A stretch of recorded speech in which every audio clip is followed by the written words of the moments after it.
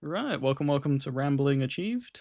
Thanks for joining me as always, Brandon, for yet Thanks for another having me, bro. retro game of the year. I think it was 2007 last year. Hmm. Last time. Um, gonna be a It was last year. yeah. Oh yeah, no, yeah. Yes, it is. It is January now. Man, how time flies. Jesus Christ, time is fleeting. It's brutal. Um, but yeah, we obviously did that. We did it in a certain style. It'd be a little bit different. I'm going to quickly pop it up on the screen. We're just going to do 5 apiece. We'll go one by one, back and forth. If you pick a game that I also pick, we'll just place them in the same list at the same time. And then we will crown between us what we think should be the game of the year of 2004. And then we can have like a little discussion as to who should edge the other as well, in case they're Should we different.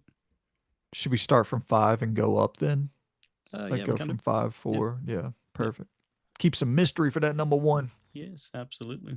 And yeah, just to keep it short, snappy, you know, because I think the videos that I've been posting as of late have been about 20 minutes, 12, 20, 30, and stuff like that. So just kind of hitting the under hour mark. I've been trying to, and here I go to start a ramble. I've been No, it's trying fine to if do we that. obviously run over that. It's just, just Yeah, trying to not to do like a 3 hour long thing because it is a lot to ask for people. I get that. for sure. Definitely. And yeah, I get that too. And what I've been doing is because I'm trying to upload every other day as it's something, but I've been trying to upload every other day. But what I've been doing is having like whenever I have a free day or like a free 3 hours, 2 hours, I'll just record like 4 videos in that one day Mm. and just have them like that way they're ready to go and you're not having to try to upload every other day, meaning recording every other day and then uploading it. So trying to stay ahead of the damn game, but it's yeah, That's what I it, did the it other it is day. a lot to ask. Go ahead. I only did two. So that's what I did the other day. I only did two when we was originally meant to record. Whatever that was. Was it Friday, Saturday? Yeah, that was my bad. Yep. Um, that's when I did that video that just went up whenever it was yesterday or whatever. And then Hmm. there's another one that I recorded after that. Games I wish were on Xbox is the other one that's yet to Mm. come out. But yeah, you're definitely better at it still of like having that longevity. I did them too. They're like 20 minutes a piece, and my voice just was like, "Holy fuck, what are you doing?"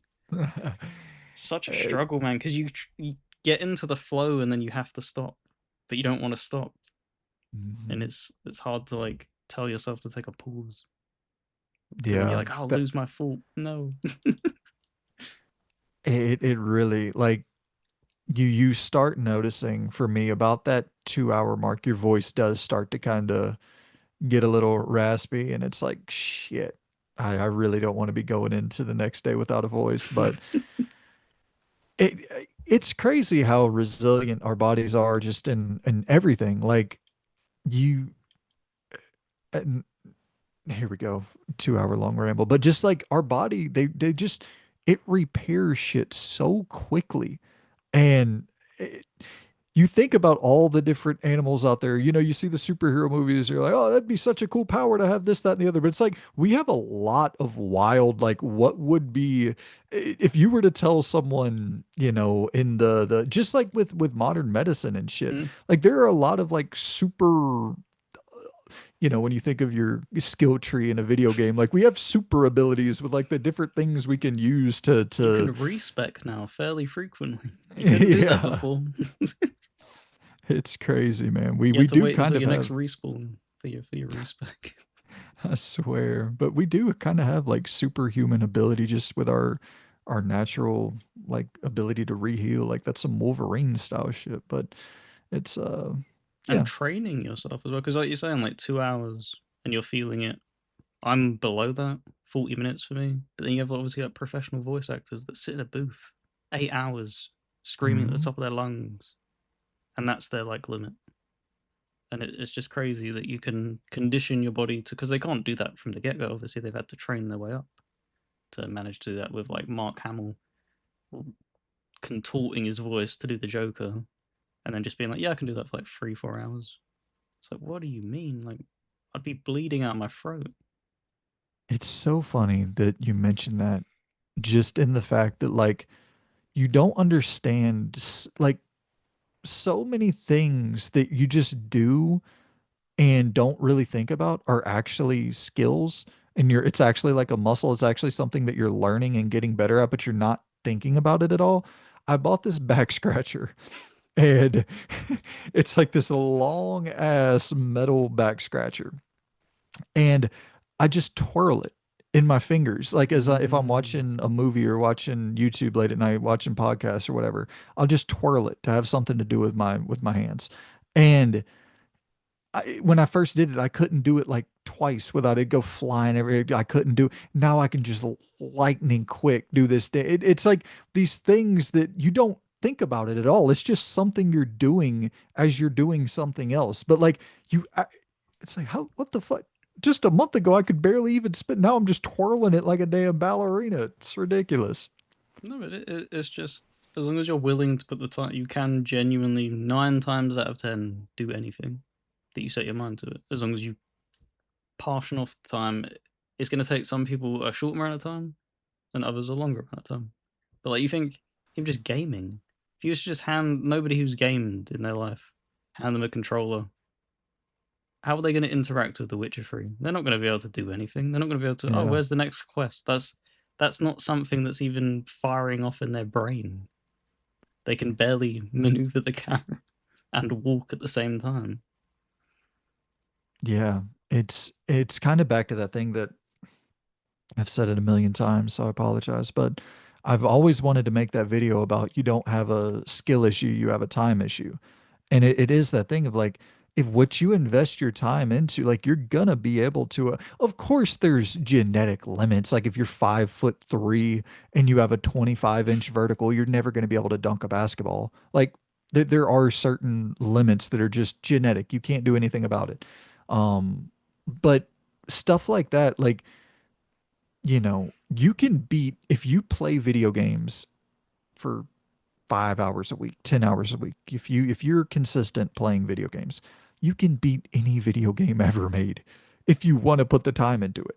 You know what I mean? Unless you have, once again, unless you have blindness or you have some physical disability that prevents you from doing so. But yeah, it is all about the time commitment to whatever the hell you're doing. If you put enough time into it, you're going to get better. You might not ever even get good. Like, I don't know if I'm good at podcasting and talking about video games, but I've done it for thousands and thousands of hours. So I'm definitely better than I was when I started in Mm. 2019. I know that, but maybe I'm not as good as, someone who's done it for 20,000 hours. If I've only done it for 8,000, like, yeah, that's the time. That's the time you're going to put in. You're going to get a lot better. Yeah, and that's just it. You just focus on what makes you happy as well, because whatever you're pursuing that makes you happy, usually you'll do a better job at it. You know, like you could make me cover, like you mentioned basketball a lot. I could cover basketball highlights. I wouldn't care. Yeah, and there's more points to the Lakers. Them. Whereas if I was obviously covering football, it'd be a lot more. You're able to use jargon, show more expressive interest of it and stuff like that, which is cool. you know, it's so wild how so the UFC is going to Paramount in this month actually, because we're going to get Mm. together and watch a UFC fight Are we? this Saturday. Huh? I said, are we? You said we? Oh, my bad. Yeah, Flying me over, huh? How kind of you. that'd be so dope, dude. I'd be so down. But yeah, we're gonna get together and watch the UFC fight, and it's for the longest time they've been 80 fucking dollars.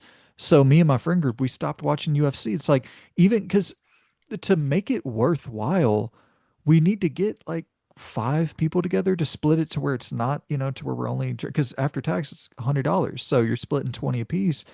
Sure, but I That's not even kind of including drinks for right. the night. So you're talking about everybody's paying $50 after Mm. pizza and drinks, and It's like that's not fucking worth it. But now it's going to be on Paramount, and it's Paramount's $20 a month or whatever, and so it's like no, it's nothing to even think about, you know? And so like we're going to start getting back together and watching UFC fights, and it's crazy even in just that time period. Once again, time spent.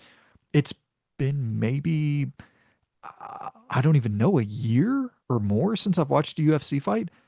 I look at this card, I don't know any of these people. Like I don't know what's going on. And it's just been that year that I have spent not watching it where so much has changed. And it's like I don't even know what's going on. And it's back to the thing.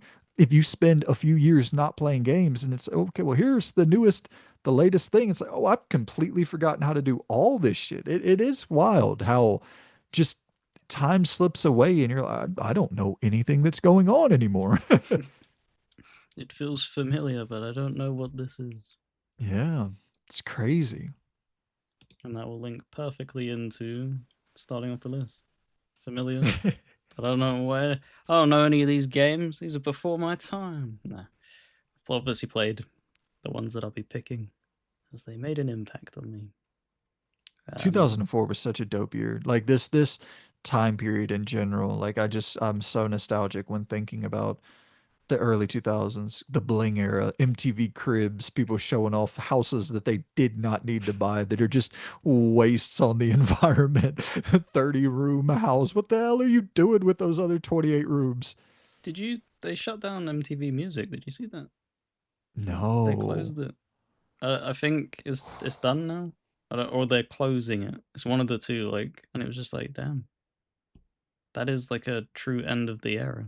Like, things do just move on sometimes because you can't even think if you put yourself back into the shoes of 2004 and somebody was to turn around and go, yeah, MTV Music won't be around. You won't be able to watch music videos on your TV. Mm. You'd laugh them out of the room.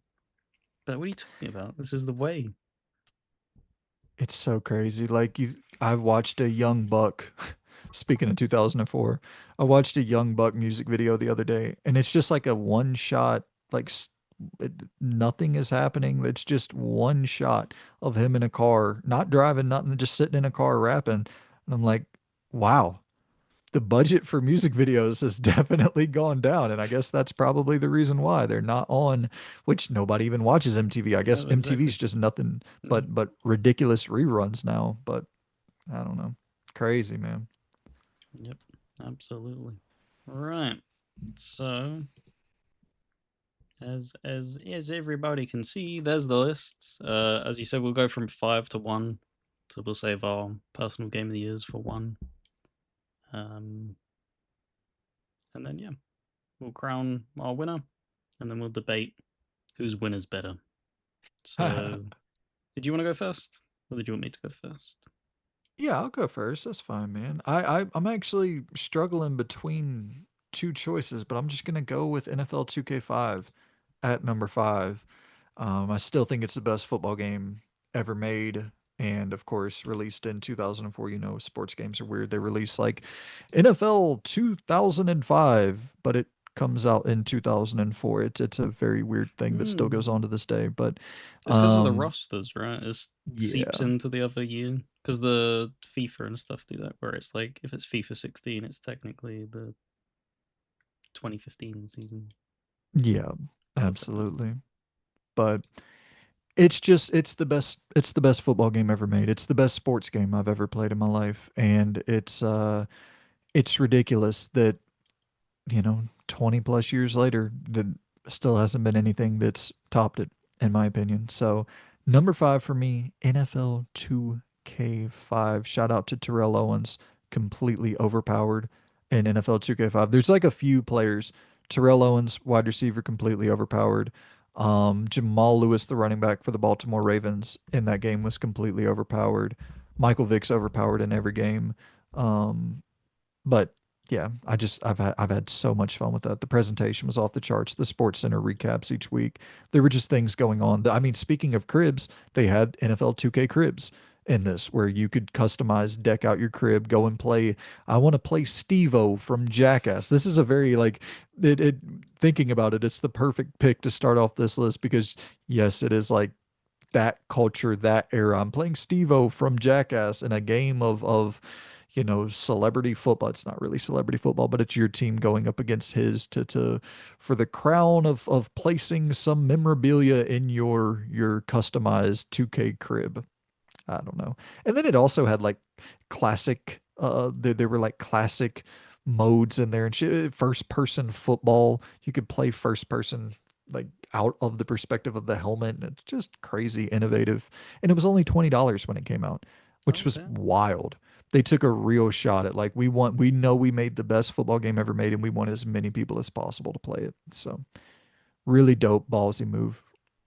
It's crazy as well because uh, early on in the trailer for it, you're obviously seeing like interactions with the crowd, with the guys like even just throwing hot dogs to Yep. people and stuff like that. And because it kind of pulls me back, I can't remember what WWE it was, but I remember to the top right of the ring, there was like a little corridor that you could fight in. Hmm. Can't remember what one that was. You had backstage stuff. Yep. And you think of like them games around that kind of like 8 year period from like 2000 all the way to like 2008, they were just experimenting in them ways. Whereas now they found a formula and they don't really shake that up because they think, what's the point? We know it's going to sell. We've captured that audience. Shaking it up doesn't. It's going to cost us more money, and we're not going to gain any more people because we have everybody that's going to Yep. buy it. And there's no competition. No, Like they exactly. They've 2K snuffed it all doesn't out. make yeah. It's just EA with Madden. 2K doesn't make football games anymore. So it's like where else you gonna go, buddy? You stuck with Madden if you want to play some simulation, football, NFL football. Yeah, it's such a weird thing to look back on of like when you look at yearly release and go, oh, that is actually a really cool thing or a surprise and stuff because maybe you did like dive a little bit more into like, the magazines and stuff, so you maybe knew about features coming out. But I remember like just you'd get a game and you'd be shocked that, oh my god, that's a secret character that's in there. Yeah. You can do this, or you'd have stuff like because the last thing that kind of tapped into that was Dark Souls for me, the first one, where it was like it spread through wildfire through word of mouth more so Mhm. than what the game actually showed you, and it kind of captured that like retro nostalgic thing of like when you'd go to the playground and you'd hear stories of something secret level, secret character, and stuff like that. It's really cool. Well, it's also like talking about the magazines and stuff. That was really the only way to get information. Mm, Because well, I mean, the internet was around, but I didn't have any internet access and where I lived in the boondocks, there was no internet access available, at least to my knowledge. And so I just, yeah, you would check out at Blockbuster, they'd have magazines there. You'd check out at GameStop, they'd have magazines sitting right there. And like that was your only source of information. So there was even some mystery about that, like what am I gonna like there was no algorithm suggesting you anything. It was mm. just like what do you find whenever you flip through these pages, and that's the information that you're gonna get. It was cool. It was mysterious. When you'd get a demo disc and you'd know Right. like 80% of them, and then they'd be like, what the hell's this game? And then you'd Yeah. play it, and then you'd be like, oh my god. Because that's how the last demo disc I ever had was when they did Sniper Elite V2 for the 360. Hmm. That was the last demo disc I remember getting out of a magazine and having no idea what the Sniper Elite franchise was. Didn't interact with the internet in that way. And then popped it in and was like, oh my god, this is amazing. I Yeah. miss that, man. Miss that Absolutely. simplicity. Yeah, I remember that too. The Jam Pack demo discs, Mm, and yeah, it was. Listen, I don't ever want to be that guy who gets older and they get so nostalgic to the point of like they hate everything current because I don't ever want to be miserable. Like I want to enjoy life. Like I want to enjoy life in the current in every form that it brings. And like even if that means like I miss this culture, like I'm not gonna lie. And here we go. But like, you know, you hear all the conversation like there's the woke this and this that, and it's like a lot of just petulant whining from mm, adult men, which I really despise.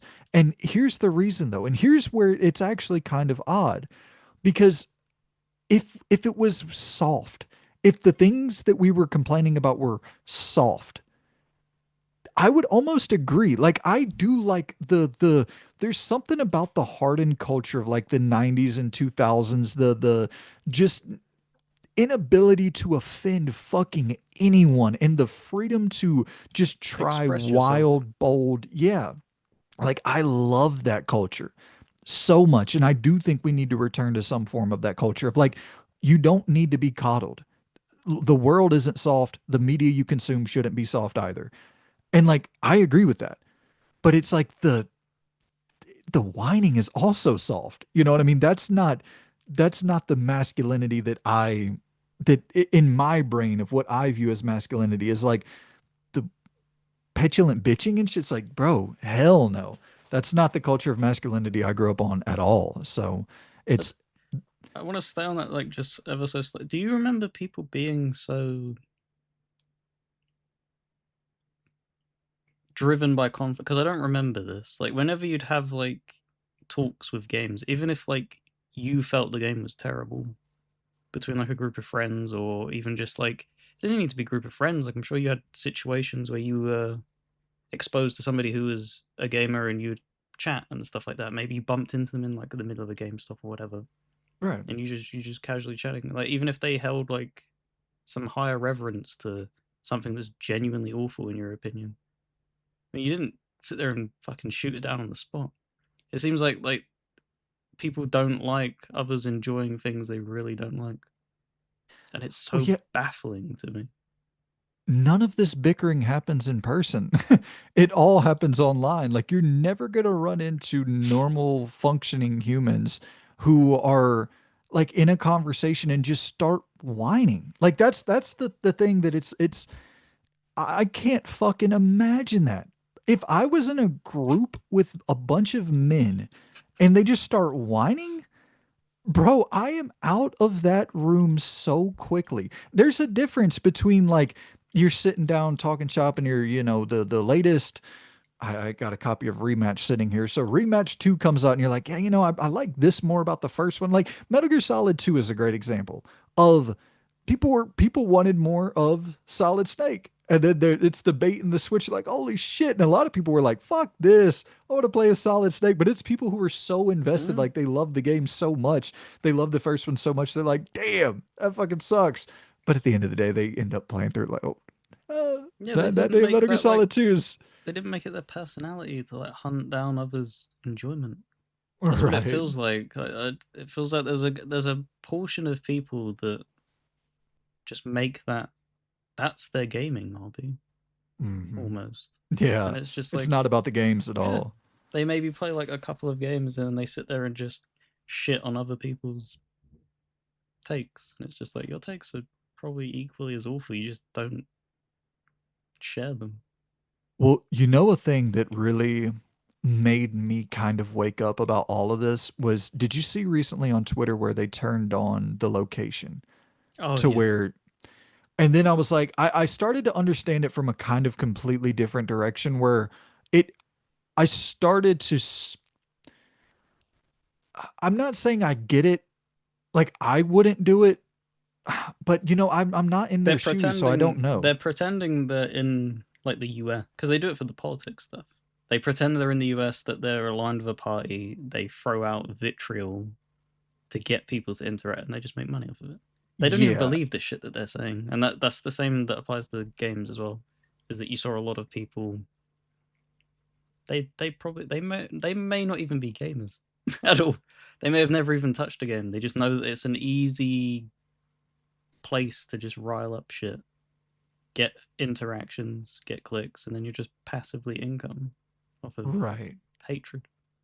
And it's like a lot of these people are in places where 50, 70 US dollars a Mm-hmm. week is like Fucking fucking you were living goes. great. And so yeah. And so I started looking at it a lot differently. I'm like, oh, I think I'm being baited more often than I, A I lot of would them, like to yeah, admit. a lot of us are.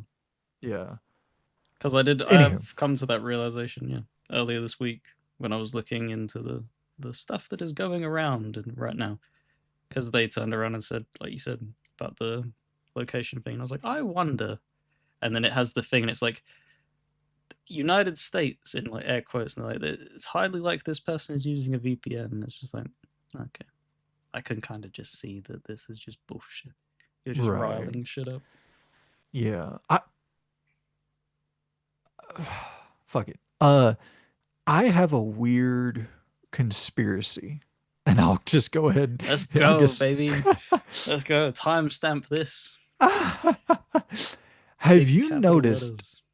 that a lot of these influencer accounts hype up all these Chinese like MMOs, gotcha games, Hmm?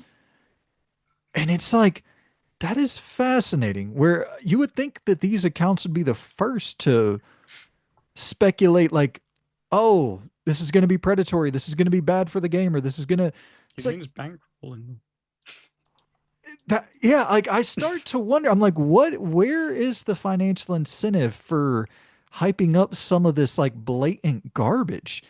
And it's interesting. It's listen. I here's no doubt the United States government is also, if China is fucking weaponizing social media through bot accounts to spread misinformation and to yeah, absolutely the United States is doing it too. So I'm not in any way, shape, or form trying to say that our hands are clean in this. I guarantee you we are Yeah, spreading a lot of propaganda as well. it's But just a weird thing, like what you've noticed. Because the realization when you see them arguing with them, like it's bots arguing with themselves. Because it's like yeah, broken. It's not. You can tell when something is like not natively spoken English, and they're trying because it's like you formulated a sentence. I see where you're going with that. You've just not executed it. And then there's just mundane bullshit like some random statement, and then they get hit with a random statement. It's just like what is going on? What a yeah, weird it's era to be in, where it's robots arguing with robots, and I'm watching that take place, and I'm who is this for? Who's yeah. benefiting from this? Well, it's like it's funny. It's like the dead internet theory, right? Yeah, Where it's 80% just robots, and then it's just me and you like looking at it. It's just and no one else is there. It's just Loon and I who are still like, oh, because you this must is have seen it. Like, and I've met Doctor Leopold. Yes, so have I. He's a cool guy, and it's just like this is a this is a thread about the top selling games of April. yeah. What are you talking about? Such a It's bizarre fucking. time. It really is, man. It really fucking is. There's. Anywho, NFL 2K5 is number five. I'll fucking keep it moving. That way you don't have a 4 hour video, my friend. Alrighty. So my next one, and I want this to be a disclaimer right now because this is gonna probably be like, what the hell are you doing?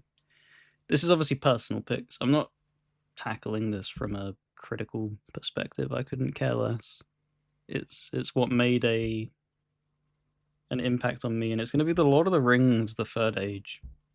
Oh, I mean, dude, that's a great pick regardless. Um, Now, is that the one that was the strategy, or is this the third person action adventure game? this is it's basically just them making Final Fantasy X Hmm. in the most vanilla way possible. Like I love the game. It it's just it's traced almost basically. And you're just going through Middle Earth. It's heavily like replicating the Fellowship of the Ring with like here's the Ranger, here's the thing. They aren't Gimli, Legolas, and everything. They are their own characters. You bump into your own characters and stuff like that, but it's really cool. Just basically follows the events of a lot of what happens in the film from a different perspective. And yeah, I'm shocked it didn't do as well as it did. You hear people who have very fond memories of like the Two Towers or Lord of the Rings Conquest with the RTS, I believe. Obviously, Shadow of War and Shadow of Mordor as of late. This kind of just came out and found its little niche following, and that was about it. Um, yeah, I really love it.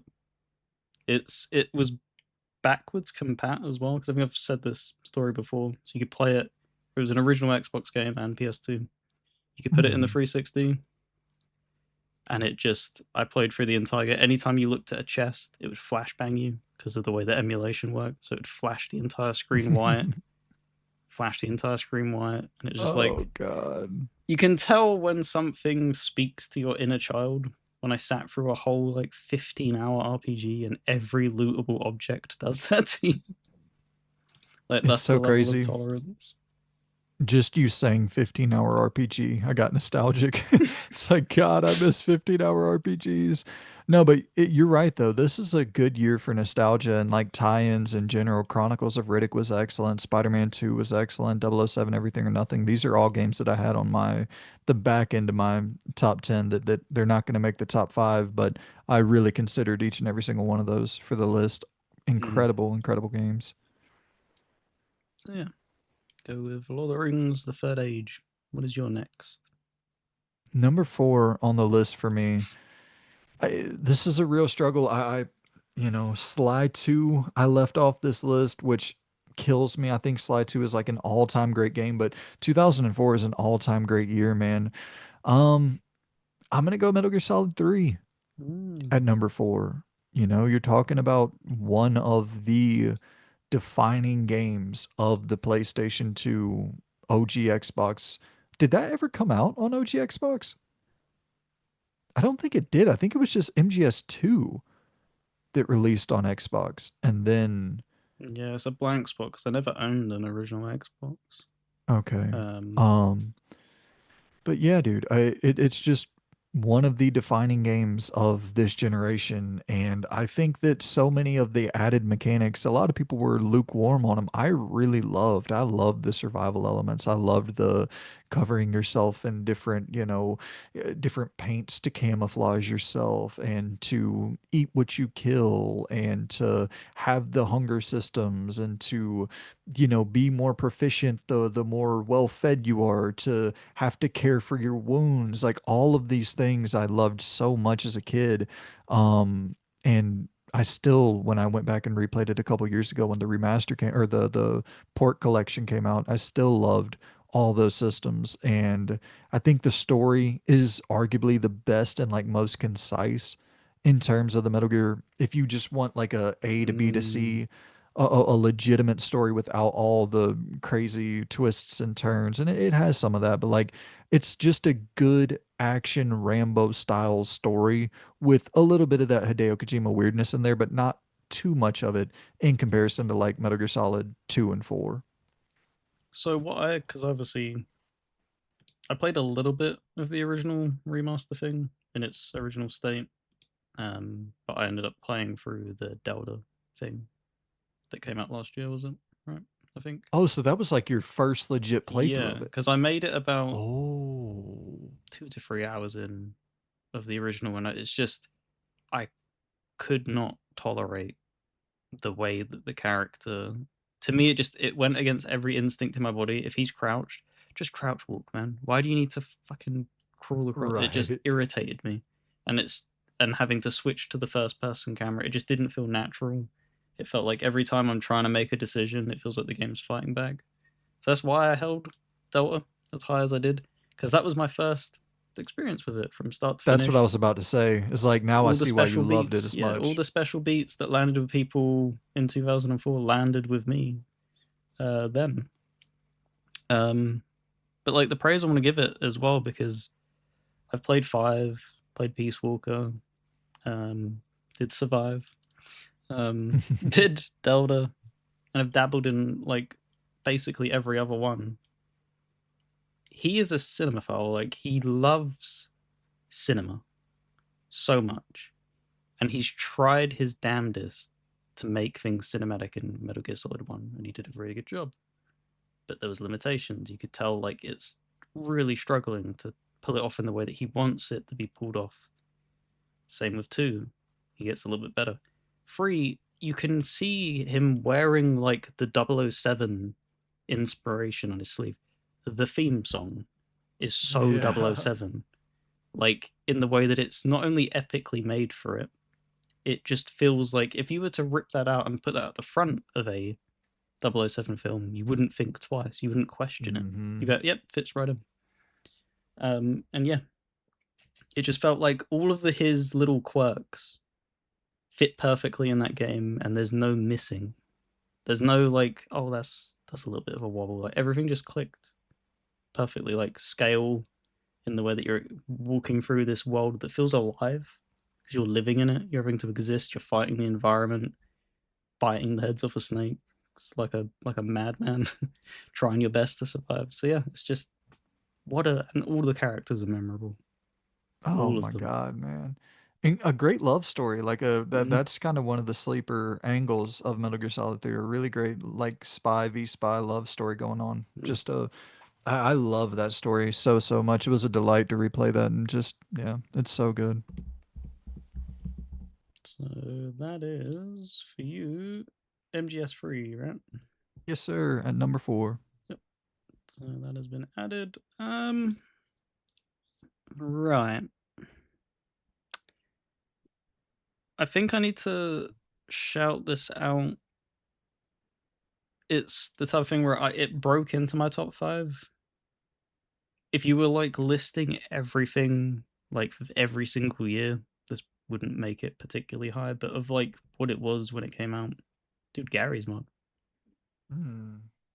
just a really, really damn important, um, just innovative thing back then of when Valve was being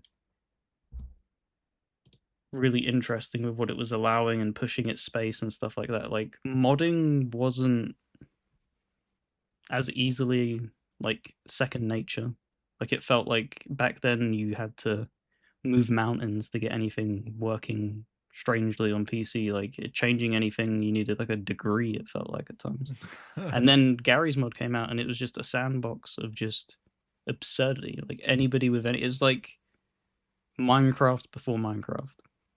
You had people building stuff. You had servers that were community ran. You had like entire game modes that have been crafted inside of Gary's mod that have been so incredibly successful that they've spawned outside of it. You know, like Trouble in Terrorist Town and Prop Hunt was like a massive thing. Like anything that makes its way into Call of Duty, you know you've made it, and that's Prop Hunt smashed out of the park. But it's just yeah, unlike anything else. Like remember just spending nights with friends in college and just pissing around in it and just existing. And it's like there was no feeling of there needs to be like an end goal, a resolution, a conclude, anything like that. You're just a vibe. It's just a Yeah, community setting, and it just felt natural to just log on and just enter a server, and you're just chatting with people. You kind don't of even need to do Minecraft. anything. Like you could just be sitting in a room just chatting, and Absolutely. it's crazy. Great pick, man.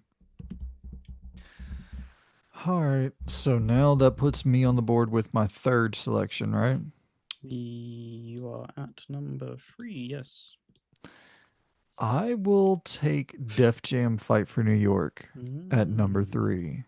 I think that you can make an argument that this is like the best brawler of all time. Like it is ridiculous how fun this is. And if you're going into in terms of my favorite fighting games ever, my favorite wrestling games ever, my favorite brawl, like this is just an all-time classic on any front, any genre you want to put it in out of those three. It's I don't know if it's my favorite wrestling game of all time, but it's certainly my favorite brawler, certainly my favorite fighter. It is just loaded with content, man. It's the story is so good. It's such a leap forward from Def Jam Vendetta where you had a pretty bare bones. It's not like a overly cinematic structured story. It's not bad, but it's not like Def Jam Vendetta was clearly you could tell they made money with Vendetta and then they put that money into Fight for New York. And Fight for New York was a serious step forward where you go in and you have crazy customization, the clothing, the detail on the clothing and the actual brands that they're using. Like it's crazy just how damn well animated and how the clothing flows in this game for a 2004 release. Like you can go back to it today because it has that art style where it's going for some semblance of realism, but also some semblance of stylization. And it just still holds up from an aesthetic standpoint in a way that most PS2 games that are going for realism at all don't hold up at all anymore. And this just really does, man. It almost looks like a kind of like a realistic comic book of Mm. sorts.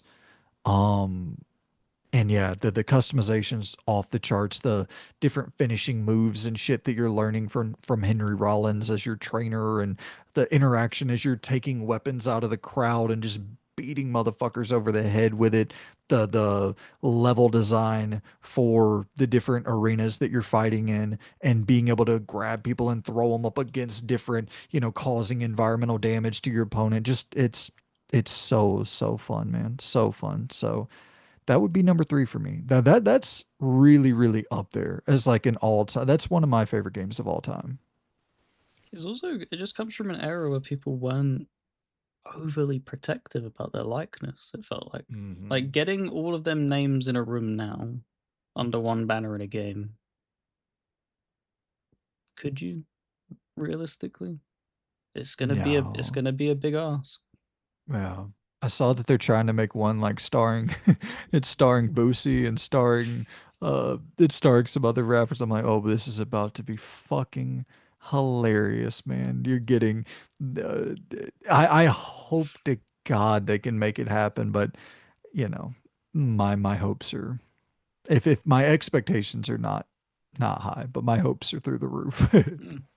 And it's like it's just a weird shift in, because you'd think if it was 2004 and like as just an easy example as of what a recent thing of like the Kendrick Lamar and Drake thing, Oh my people would have been God. frothing at the mouth to have like a brawler where you have them two on a roster and they can just beat the shit out of each other. Okay, you wouldn't be Dude, able to put them in a game now because there would just be red tape, and then there'd be like the record label stepping in and being like, "No, we don't want that." And it's just like there's a lot of that fun factor that's definitely missing. the tough Goofiness. thing with yeah, the tough thing with Drake versus Kendrick is like lyrically Kendrick decimated that man. Absolutely fucking decimated that man. The tough thing though is if we were to put them together in a Def Jam game or in some, celebrity fighting game, rap fighting game, whatever you want to call this genre, Drake's gonna kill him. Drake is a massive man in comparison to, unless Kendrick knows some MMA, some Brazilian jiu-jitsu that I don't know about, but like Yeah, Drake's a big it'd be like human. a, what do you call it, when DC crosses over with um Mortal Kombat versus DC Hmm. and stuff like that, and it's like you really think like Harley Quinn can beat the shit out of Superman and stuff like that, and them type of like Yeah. absurd, skewed fights where it's like, yeah, you kind of just have to have that willing suspension of disbelief. Yeah. It is just so funny though, like whenever you get into beef, like rap beefs or whatever, and you go bar for bar, it's like, well, yeah, fucking Kendrick decimated this man. Like you would think it's like he conquered this motherfucker's soul. But then if you stood them side by side in a room together, He's really short, isn't he? Right? he's like 5'5", I think 5'4". Drake's like, I think Drake's like 6'2", 205. Drake's a big fucker. I could be wrong on some of these height estimations, but yeah, it's just anywho, I would love to see a return of this style of game, but I doubt it. All right. So next up, me with my third pick. Alrighty, let's give some love to a genre that doesn't get nearly enough love. Rome Total War. Um, very fondly. Oh, I don't know why that's done that. Why has it done that? There we go. Um, just love the Total War franchise. Like so many hours have been lost for this in me. This was the like the door opening for me to begin like briefly flirting with modding and stuff like that. Though those was mods that I've explored on a lot of Total War games, and just it amazed me the level of troops that you could deploy and stuff like that. Because I'd done Age of Empires, but that's heavily like singular troops. Like when you're spawning troops in, there's just one swordsman coming out, one bowman coming out. Like this is whole like cities being sieged in like fairly realistic fashions. You're putting siege towers forward, storming the cities with big ass ladders and siege equipment. It just blew my mind that you could do this. Like this, you got to put yourself back into like 2004 and just being like, damn, like all of these things, all these moving parts are just working, and they're not breaking. Um, just astonishing. I don't think you have you ever played a Total War game? Nah, Not your type of thing, right? not my bag, man. Yeah, and obviously, I think I've made it fairly clear over the years. I'm a very big fan of just Roman time periods in general. So that was like a match made in heaven. Shit, yeah, man. So that was your number three, correct? Yes. Okay. So, I'm looking at my list for my number three and my number two, and I don't even know if I agree with my order. I might have Def Jam Fight for New York higher than my number two pick, but fuck it. We'll go with it. Number two for me, I'm going to go with Half-Life 2. Um, Ooh. I just think that I was so impressed because I didn't play this when it released. I played this maybe 2019, something like that for the first time. Wasn't long ago at all. And I was still so blown away by the physics and just the encounters, like the emergent sort of moments that you could create yourself that weren't like scripted and had to occur in this exact order and in this exact moment. Like it was really, really impressive just to, the what do they call it? Like the gravity gun or whatever, and Mm. picking up the blade and shooting the blade through an enemy's torso and actually seeing the separation as the top half of their torso goes to the right, the bottom half of their torso, the legs go to the left, and there's like a clear separation. I shoot off an arm, the arm is actually separating at the limb. I shoot off, at the kneecap, it's separating at the kneecap. Like there's just a crazy amount of thought put into the dismemberment, but not just the dismemberment, the puzzle solving, the world building, and having the world being built around the act of, elements of destructibility, elements of just these real time physics encounters that you still don't really see often at all on this level. And that's like one of the, if I'm being completely honest, that's one of the main reasons and only reasons I'm excited for a potential Half-Life 3 is just to see like what is the thing? Are you pushing that forward? Are you doing something new? Because that's exciting. Like I'm not sitting like Gordon Freeman and the whole like sure the story is not bad. Like I appreciated that the cinematic nature of it. I appreciated that you could move around during what would typically be a cutscene in other games and you had a little bit more active control of the player. But it's not like it wasn't some blockbuster story that I was hanging on to the edge of my seat. Like I can't wait to see what happens. But it's it's more the world, the physics, the systems. Like I'm just so curious to see from a mechanical standpoint, like what is that thing going to be in the third game? So Well, yeah, Half-Life 2. with every entry, it's influenced games that come after it. Hmm. They've always placed something where it's like, oh damn, okay, in the way that like Rockstar influences a lot of stuff. So considering there's been such a gap, I doubt that they'll just phone in like an easy cutting corners kind of thing. It's just it doesn't it because if they were going to do it, they would have put it out 10 years ago. Right, and they would have did it with Alex. Yeah. Alex is by most accounts the best VR game ever created. So it's like, well, shit, man, there you go. If they That was not exactly long ago. if they can push that in a genre and a way of playing games that everyone else seems to be struggling with, what do you think they can do with just normal peripherals? You know, Absolutely. it's Yeah. incredible. So number two, Half-Life 2 for me, but I honestly I could swap Def Jam Fight for New York and Half-Life 2. I don't even uh, those are a toss up, but we'll lock it in at number two. Um, hmm, there's so many. I'm gonna go Sid Meier's Pirates. This is gonna sound really, really weird. Have you ever played this game? Um, it's the thing of where that sounds absurd. To choose something like that as you look down all of the lists as to what could have released in that year, but it's what it made the effect of me when I've played it. And I remember being handed a PSP when we went on holiday to Australia, and that was like what I played in the entire flight. Being like having no idea what the game was, no knowledge of its existence, and just being dropped into this world of being a pirate, which is such a rare setting. Yeah, it is.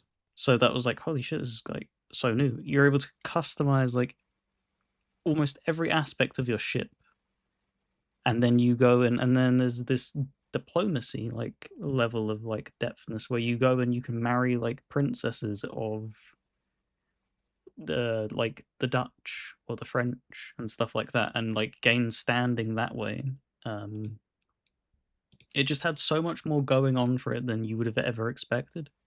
You can then land on like islands and you're searching for treasure and stuff like you would with a pirate. You're able to clash in battles with other ships, and then you go onto their ship and then you sword fight their captain one on one. It's like the types of things where like it's why I was so harsh on Skull and Bones, because it's like that's what you land on all these years later. Yet Sid Meier's figured this shit out on a portable device in 2004. Like it's Yeah, slightly embarrassing like how sometimes we take such huge step backwards in gaming sometimes, because it's like we've already figured this out. Why are we going back to the drawing block and then making something vastly inferior? It just I'm doesn't make watching game. sense. Yeah, I'm watching gameplay on it right now. It does look pretty fucking sick. It's a fun little gem that a load of, because a lot of people get, when you think of Sid Meier's, you think of Civilization games. Yeah. So a lot of it is like, oh, I don't want to play a strategy game. I can guarantee you, like 90% of people that would pick it up and like give it a good go, they'd end up loving it because it's not like Yeah. a Civilization game. You're running your own little pirate outfit and stuff like that, and it's like just memories unlocking now. Even just me talking about it, of just you something happens to your family and you're like orphaned. So that's why you go out on the journey. And I remember the cinematics playing of when they bust through. That's what I was about to say. There's like a full-blown story and shit Yeah, going on in here. yeah, they bust through like the tavern and stuff, and then you get conscripted in, and then you overthrow your old captain, and then you become the captain, and then you run your own ship, and then it's just yeah, the world is your oyster. You can go do what you want. You can go be a merchant if you want, or be a dastardly pirate. Man, we need a legit pirate game. Like a legit new big pirate game. It's crazy that we don't have one. It's crazy that what's basically regarded as the best single player pirate game is an Assassin's Creed game, Yeah, I where guess that's it's about to like come back. 40% is the pirate, and then the rest of it is just tailing missions that you're Yeah. tolerating to become a pirate. Ah. Yeah, that was actually where I fell off of it with Black Flag. I was like, I don't want to do this shit. I kind of hope they cut some of that, replace it with something more interesting, but I mean, I know they're probably not going to do that, which can't blame Tailing missions 2.0. You do it from the back of a dolphin this time. There you go. them. Mixing it up. All right, dude. Well, we're down to our number one picks, eh? That is it. What is your 2004 GOTY? I think I know what it is. I think it's kind of obvious what it is. Yeah. Surprise, surprise. Grand Theft Auto San Andreas, Uh, number one for 2004.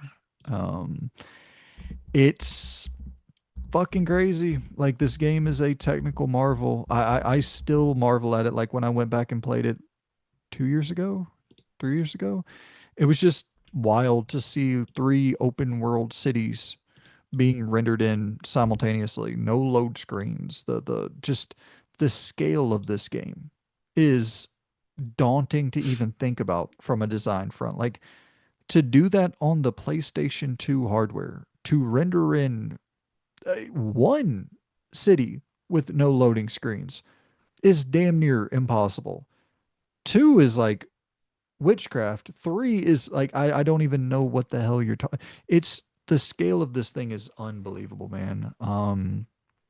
Probably the most dense in terms of this era, the most dense Yeah. open world I mean, you could make an argument that this was the most dense open world until we got to like Red Dead, you know? Because I would make an argument it was more dense and like full of actual interactive elements than GTA 4. Um, Maybe someone could debate me on that, but it's It wasn't. I think I'd back that. It wasn't a step forward with GTA. They sidestepped it. They instead focused on making it feel more grounded mhm. rather than filling it with. Because you obviously had the things where it's like an internet cafe or bowling and stuff like that, but like that's not taking it to the next level after you've given people like a gym that you go and grind stats with. Like that, I couldn't believe that they turned it in because it's an RPG. That's what I was about to say. You're Yeah. shooting your gun and you can't hit anything in the beginning, and then when you get to the end of the game, it's tightened. You're pinpoint accurate. It gives you like extra skills and different things. You're able to affect the way he looks from not only clothing and appearance, but his weight. And if his weight that defines his health, does it not? If I'm not mistaken, like if you have more weight, you're Stamina and shit. Yeah. yeah. And it's just like they didn't have to go that hard, but they did. And it's It astonishing that they went that hard. it's a crazy level of reactivity, not just for how NPCs are reacting to you, which that's another thing. As you have better clothing and better jewelry and better cars, the NPCs are going to react more favorably to you as you've gained status. And like, it's just an astonishing level of reactive game design, reactive world design. And like, I still hold it on a pedestal amongst everything even today. And of course, when you get down to your photorealistic visuals and when you get down to like X, Y, and Z, the gameplay does not age well whatsoever. No doubt about it. But when you just are stripping all of that back and talking about the open world, the design of the open world, the design of the systems with your stat progression and having a real time reaction to every input you are making as CJ. What you do, like you said, is directly going to affect all of CJ's stats. It is, I mean, I still, in certain ways, think it's more impressive than Red Dead 2. Once again, granted, visuals, gameplay, all of these things are undoubtedly improved, but just sheer holy shit factor in 2004 versus sheer holy shit factor in 2018 with Red Dead 2, I think I was more blown away by this in 2004. And even if I was an adult, I think I would still hold that same opinion. And coming off of GTA 3 into Vice City, like this was such a leap forward into a totally different direction that, like, yeah, it's astonishing. It's an astonishing creation. Like I've heard Rockstar developers, like I've listened to different interviews where they talk about it, and they're like, dude, this was the point where we were like, all right, we're burning the fuck out. We're working to the point of like, this doesn't make sense to, and then people have even openly said that who worked at Rockstar at the time, where it's like, it didn't make sense to do as much as we did for that game. Like, it, you can dumb it down a little bit and 99.9% of people are probably going to even be more satisfied not to have to worry about all of these different stats and progression and all that. But like for me, I'm like, oh, I adore that shit. I ate that up, man. I wanted CJ to walk around looking like fucking Diesel out there. It's the thing as well. Like when you think of like the competitors that came afterwards, and you see like the likes of Saints Row get like a ton of credit for like clothing options and car customization. Dude, there was car customization in GTA San Andreas as well. Like a lot of people seem to like forget because there's such a laundry list of shit that that game did. You just bury it underneath everything else. You think, oh, yeah, oh yeah, there was that in there. You had even the what was it, the lowrider minigame Yeah. thing. You had a whole car minigame thing of just dancing with a car. Crazy, just Yeah. I mean, absolutely crazy. if I'm not mistaken, I think it was the first ever open world crime sandbox game with stealth mechanics. I think it was the first ever open world sandbox game with swimming mechanics. I could be wrong on that one. I think it was the first, I'm almost certain it was the first with like a variety of different um well, I could be wrong on this, but I to my knowledge it was the first to ever feature like a variety of airplanes and helicopters and different aerial vehicles. Um I could be wrong on that one though, so don't quote me on that one. But the others almost certain that it was the first ever. For the amount of variety, yeah. There's no way any other game had that level of like range. Even like Vice City and stuff like that. And you had like Yeah. a helicopter, the little RC plane. I can't even remember if you Mhm. could fly a plane, a normal plane in Vice City. That's what I wanted to say, but I wasn't 100% certain, so I backtracked. But I wanted to say that San Andreas was the first time you could fly planes, period. But I could be wrong on that. And I also could be wrong because I think in Mercenaries you might have been able to. But, Mm. well, Mercenaries was '05. So, yeah, never mind. Never mind. But yeah, to have done all of that in one game, packing it all in, and like you said, the thing that blows my mind the most is that this is a PS2 game that Yeah. gave you all of that map and there's no loading screen. Like, yeah, you would load in when you go through doors of houses and stuff like that, of course. You know, they still do that now Yeah, you got for to many render games. It's just how interior. it is. But like, you could spawn in like with a cheat code outside your house, a plane, and fly all the way to the north of the map, and nothing. No, Yeah. no waiting, no stuttering. Because that's the thing. It didn't even like dip in performance either. Like, It, what witchcraft? It shouldn't be made. It shouldn't have been made on that year doing what it did and working the way that it did. That's the thing I try to tell people, man. Like whenever I've seen this recent trend on Twitter of people being like, "I hope Grand Theft Auto 6 flops and fails." I'm like, for one, that's weird, but for two, it's like, guys, I don't think you understand. We're not talking like it's not that same. It's just a different beast, and I could be wrong, and who like I've been wrong many a times, but it's just like they won't release it. Like they just will. They'll cancel this thing before they put out some garbage. But even if it was a step back from Red Dead 2, it doesn't matter because the level of quality is unmatched with anybody else.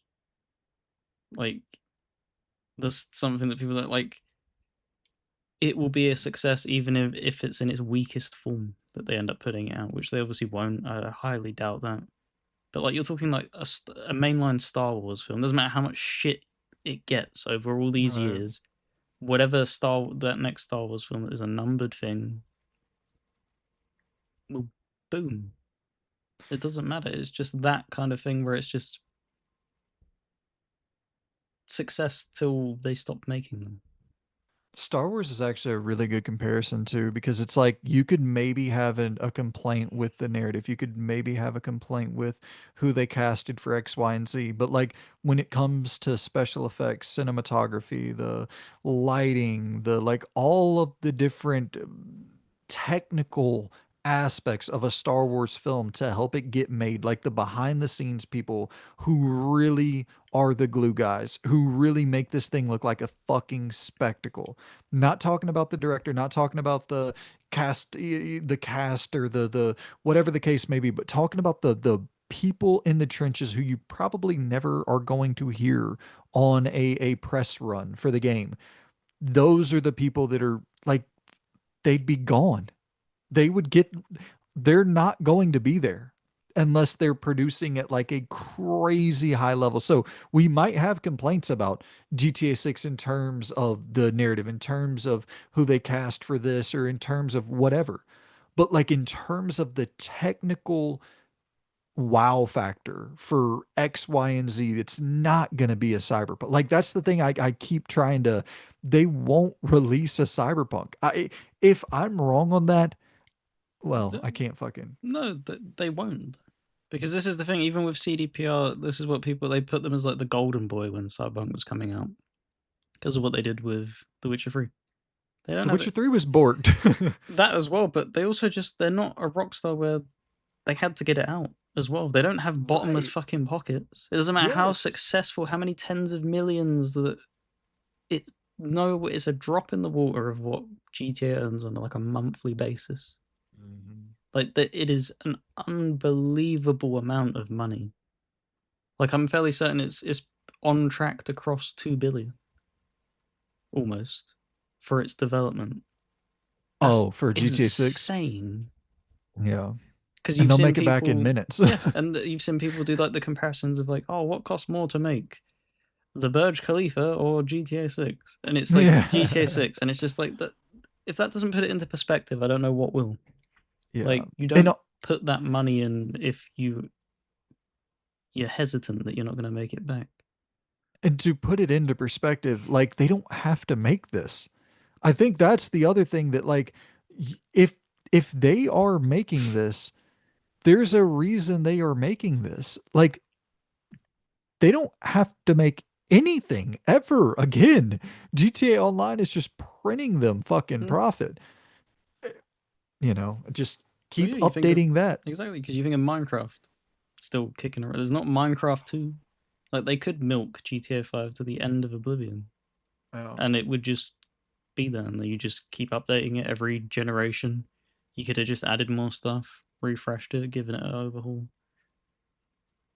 But no, they clearly they have something that they want to take to that next step that they feel they can't achieve in GTA 5. Mhm. Yeah. So And that's probably going to mostly be in the online front. Like I'm aware of that for sure. That's going to be their priority. But regardless, man, San Andreas number one for me. I think it's one of the greatest games ever made. and for me, it is going to be KOTOR. If I finished KOTOR, I'd probably have it in this list. I never finished it. Mm. And the reason I say KOTOR is because it was a really big eye opener for me, because there was plenty of Star Wars games that had been made up until that point. Um, but getting a RPG in the richness that it was in that way, I didn't think was possible. It's the type of thing, until you see it happen, you're like, yeah, they wouldn't throw any amount of money at that to do that. Just, when you, especially with like the gaming in the 90s and stuff, and how many times they got burned making Star Wars games of terrible games, and it was always up in the air whether or not they would continue pursuing that. It's a miracle this got made at all, to be honest. And then obviously it's BioWare at their best, arguably kicking off that run of KOTOR into Mass Effect into Dragon Age, like just oozes with the DNA that made you fall in love with that name of developer. I mean, you can make the case, and I don't even think there's a case to be made. I think this is probably factually like verified at this point, but like I doubt that game would have been made without Xbox funding it. I think that Xbox getting behind it and trying to have like a core console exclusive for, one of the final years of its run, I think was the reason that um KOTOR was even created in the first place, I would assume, because like you said, it is very, very fucking risky. That's a very risky bet. A big, Yeah, big because game. gaming wasn't as big as it is now, where you think of like with a Jedi Fallen Order, it can come out and spread its wings fairly reliably. Like the amount of duds you had in the early 2000s of things that were tied to intellectual properties, Mhm. and even the ones that are like held with a warmness now, they still didn't like smash it like Scarface and stuff like that. Like they didn't blow the doors off and just absolutely take the world by storm. Like you could look back on it fondly now. I was like, oh, that's a really cool game and stuff like that. This did both. This did a really, really insane amount of success for the game, and it was an intellectual property that it felt second nature to trust. And it was like a weird thing of like, because I still feel now like whenever anything gets like a movie tie-in announced, it just has that stigma of like, Yeah. There it's were just an so many instant bad worry. ones. Yeah, it's an instant worry because you think back of like, oh, Green Lantern, oh, Thor, Yeah. Captain America, all these things where it's just, or any of the Disney ones that they've done where it's just, it is a cash grab. It's just to manipulate people. You sell them copies to naive parents and stuff like that who just get it for their child because they're like, oh, you like the movie? Here you go. I mean, Yeah. the thing too about KOTOR is like it's you saw the reaction when the remake was announced, and there is such a fervor still for this game. That's one of the more impressive things to come out on a system that like I mean did well the original Xbox, but still not like a crazy 100+ million units, but it still resonated so deeply with the people who played it, and then obviously on PC and people who have played it throughout the years. But it's it resonated so much that it's not like it's not a massive game, but it resonated so much. Like it's not a massive game in terms of its sales success. Like it's not, it didn't go on to sell tens of millions of units or anything like that, I don't think. But it still it resonated so deeply with the people that did play it. And then also like for me, I played probably 15, 20 hours of it, and I loved the story. I loved the world. I loved the choice and consequence. I hated the combat so damn much. And then the idea of, oh, getting that part remade is like the core focus of like we want to keep everything else intact. We don't want to change the world at all. We don't want to change the story at all. We don't want to change the characters. We just want to make that combat, you know, playable is the term, but it's playable, but you know what I mean. A bit more enjoyable. Yeah, it's in like a similar vein to, I'm assuming people have picked up because you hear it. It's like you said, it travels via word of mouth. Like people hold these games to so high standard of like, yeah, this is amazing. And then if you go into it now, having no experience with games of that era, and then expecting somebody to play like a tactical RPG in that manner, that's a big ask. So yeah, who knows? Like it's not been officially cancelled, right? It's just kind of just floating around there. That remake still, there's like Yeah. nothing on it that's been announced. Hopefully one day we can get. I'd even just take like Dragon Age Origins level of combat as an upgrade to it. That's a Yeah. step forward. It wouldn't be as big as you'd hoped, but like they clearly are struggling to just Yeah. keep it simple. Then, if you can't overhaul it to a modern standard, in the way that you look at Baldur's Gate 2 to Baldur's Gate 3, that level of like a leap in difference. Just keep it in your lane. Yeah. I know Saber is working on it now, but they just have so much going on. I think the best case scenario is for the Fate of the Old Republic, Casey Hudson's game that got Mm. announced at the Game Awards. But even there, it's like if I'm being completely honest, I would be surprised if either of them ever released. I hate to be doom and gloom, but yeah, I'd be surprised if either of them ever came out. I mean, I'd hope he has enough of like a reputation in the industry that he could probably pull a few deals in to get it over the line. But You'd yeah, hope so, man. That's what I'm hoping. Yeah. Hoping so for both of them for sure. I would love to be eating good with a Star Wars RPG because we really still don't have a modern one. But yeah, man, a great fucking selection. I like KOTOR a lot as well. So I think what we'll actually do is we'll save the diamond can be for the winner. Is what we can do. Um, uh, of between the both of us, it's a big ask, isn't it, for me to try and argue that KOTOR is the bigger game than San Andreas Bigger game? that would deserve it. Yeah, the big like deserving of it. Um, Uh, just because of like anything that I could bring up as like this influence that this like GTA can easily match that because you could. The argument that you would probably go with KOTOR is the fact that obviously it inspired the likes of because it came from Star Wars, it inspired BioWare to even make their own version of Star Wars in Mass Effect, which is that's unheard of, really, to take a sci-fi IP like that and like because when you think about it, like, you think of Avatar maybe as like as a similar example of like just a brand new IP that kind of just hits the ground running immediately. Didn't stumble really at all. I know Mass Effect kind of got a little bit of like drug through the presses with stuff that wasn't actually true with the sex scenes and stuff like that. There was mm. like a lot of news coverage. Um, So my argument for San Andreas over KOTOR is a pretty simple one. KOTOR released July 15th, 2003. did it? Yeah. No, I was thinking that the whole no, time you were talking seriously? about it. Yeah, I didn't want to cut off your steam. Yeah, Oh my it came out god, in why did I mix that 2003. up?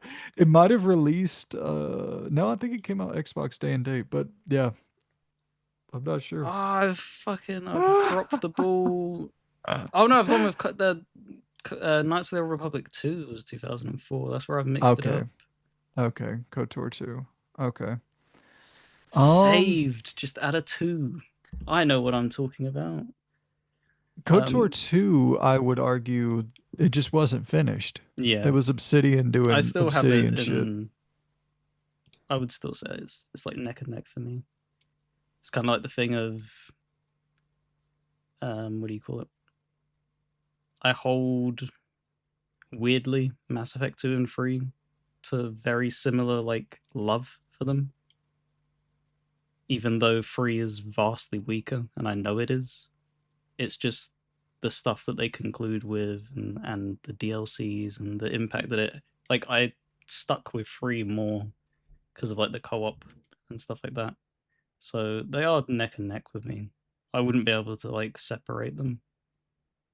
I think if the argument was KOTOR versus San Andreas, you would have a convincing argument. I think KOTOR Never 2 don't think is KOTOR. You can't argue something that's unfinished. Where people are like, I yeah, get the cut content mod. It's but what I would be willing to make a sacrifice on, I would be willing to maybe go Half-Life 2 as our overall game of the year for 2004. Did you have Half-Life 2 on your list? no, I'd Gary's Okay. mod Never mind, over it. never mind. I've never. I'm Um, gonna blow your mind. I've never finished a Half Life game. oh wow. I played Okay. 2 hours of Half Life One. That is it. I personally, and once again, that's what the debate is for. I feel like 2004 is San Andreas, Metal Gear Solid 3, Half-Life 2 as like the games of 2004.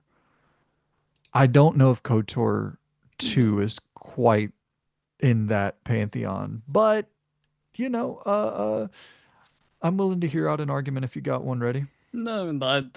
My list was fully based off of my personal nostalgia things. Of you have the edge on me a little bit with a few more years of maturity, so you were able to consume games in a slightly different way, if that makes sense. Mm, Um, for instance, like with the Sid Meier's thing, like I wouldn't have played that game had it not been pre-installed on a PSP and handed to me right. on a plane flight. Um, and that's kind of like how this list is. It's like all of these games are. I would be baffled if they make it onto anyone else's top 5 list of the year for the majority of them. I, So it is just an easy year to concede. Now I don't have any issue with it either because I can fully recognize San Andreas, Half-Life 2, and Metal Gear Solid 3 as being those three games did dominate that year, and not only dominate it, echoed through the ages. Each one of them had significant impact on gaming as a whole, even to now. Halo 2 is this year as well. I forgot about that. Mm. Halo 2 is a strong contender. It's crazy to look at 2004 and think of the similarity to 2026. Half-Life 2 is a 96 on Metacritic. San Andreas is a 95 on Metacritic. Halo 2 is a 95 on Metacritic. And it's like, it's interesting. In 2026, we could potentially get Half-Life 3, a new Grand Theft Auto, and a remake of Halo. Fable It's as well was just 2004, wasn't it? The first Fable is Fable. 2004. Wow. Yep. You were 100% correct. Um, Wild. it is wild. Far Cry, the first Far Cry was 2004. Could we get Mm, Far Cry 7 this year? Probably not, but it's interesting. yeah, just a crazy, Yeah. crazy. So what did you want? Because I'll happily go with GTA San Andreas, Half-Life 2, or Metal Gear Solid 3. I mean, I think that for me, San Andreas is like a layup ahead of everything else. But if you would, I would be fine with Half-Life 2. I'd be fine with Metal Gear Solid 3 if you would rather go one of those two as is like the overall game of the year for 2004. Um, I'll give it to GTA. I've been prone to not give it as much praise as it probably deserves overall. Um, Y- so I'll agree. and it's just a thing of like being there at the time, right? Like if I would 1000%, if I were to play Grand Theft Auto San Andreas for the first time in 2026, my vote would be going to Half-Life 2. Like Half-Life 2, if you play either of those games in 2026, Half-Life 2 is the one that's going to hold up better for sure. But being there at that time, it's like, oh my God, dude. What the hell? Like you said, what witchcraft do they got going on over there at that studio? I think as well, my before we hop off, it's the thing of like with MGS3, I feel that other stealth games have a credible amount of arguing that they've equaled it in the stealth genre, not as a complete package. I want to make that completely clear that there's not a stealth game that's mirrored it in cinematic quality, voice act, and all that. Just as a genre alone, like stealth, there's plenty of games I could think of that equal it or even arguably surpass it. Half-Life 2, you've had tons of cinematic, immersive first-person shooters that have Mm, come out. Whereas with GTA, like the only thing that surpassed that crime sandbox is their own crime sandbox in Red Dead Redemption, equaling it. yeah. Like Saints Row is amazing, I love it. Sleeping Dogs is amazing, I love it. But you're talking about surpassing it Well, on all and if you're talking, fronts, and just it just isn't. I don't think it's happened still. yeah. And if you're talking about the world, it's not close, right? Mm, Like other games do other things better. Combat, mm. driving, different things, different games do different things better, but the world is the one thing where it's like, yeah, I don't think that there is anything that has surpassed it yet. Even Red Dead 2, I can make an argument that GTA San Andreas is still more impressive. So I would go San Andreas for '04, but also at the end of the day, like that's one of my favorite games of all time. So I'm incredibly biased towards it. And that's fine. We love all of these games, and that's why they made our retro 2004 Game of the Year list. So there we go. GTA San Yes. Andreas won it, and then you went with Half-Life 2, Def Jam, Fight for New York, MGS3, and NFL 2K5. It's a lot of. I gotta hand it to you as well. That's a complete. There's not an overlap of genre in that list for you at all. whereas mine Yeah. is heavily strategy I oriented. think I've always liked a lot of shit. Like that's why, thinking about doing a YouTube, creating a YouTube channel, and people are like, well, you need to get specific. You need to cover one game or one style of game. It's like, man, that sounds miserable. I like a lot of different shit. I like jumping around all over the place. But I definitely do lean towards action adventure adjacent stuff. I like a good single player story with some cinematic value. Hmm. And then my list was KOTOR 2, even though I was trying to pass it off as KOTOR 1, like the hack that I am. Sid Meier's Pirates, Rome Total War, Gary's Mod, and then Lord of the Rings, The Third Age. So yeah, I think I also obviously play a ton of genre difference as well. I very much just have a soft spot for RPGs that are tactical. Anything where it's numbers, grinding, and stuff like that. That's the comfort food. It's why I like don't fully criticize like the way that Assassin's Creed went as well with their games. It's just comforting to just watch a number go up steadily while you're exploring a world, just interacting with it. And to be fair, talking about the genre diversity on my list, like that's a style of genre you'll probably never see on any list that I make ever. It's like I don't like tactical role playing games at all, strategy games at all. Like that, it's not. I've never ever been into that style of game. So it's everybody has their preferences and their blind spots. Yep. But there we go. It was aiming to be short, and it was an hour and a half, as usual. There we go. That's not too bad for We us. we shaved off 30 minutes from the other one, so we're improving, guys. We are improving. But yeah, make sure to check out Brandon's channel down below if you haven't already. It will be linked. Thank you very much, as always, for joining me. Thank And you for if you having want to me. join the Discord with like-minded gamers such as yourself, make sure to pop a comment down below, and I'll hit you back with a link. And yeah, I don't know what's coming up after this. I assume this will be the next video after whatever I just did that I'm blanking on. What I do gaming goals for 2026, I think was my last one. So this will be the follow-up video. And then after that will be what I wished was on Xbox. And then I have nothing else in the pipeline. And I'm going to have to scrape the bottom of the barrel and tell you all how much I love KOTOR, apparently. Shit, yeah, man. So thank you very much for watching, and I'll see you next one. Goodbye.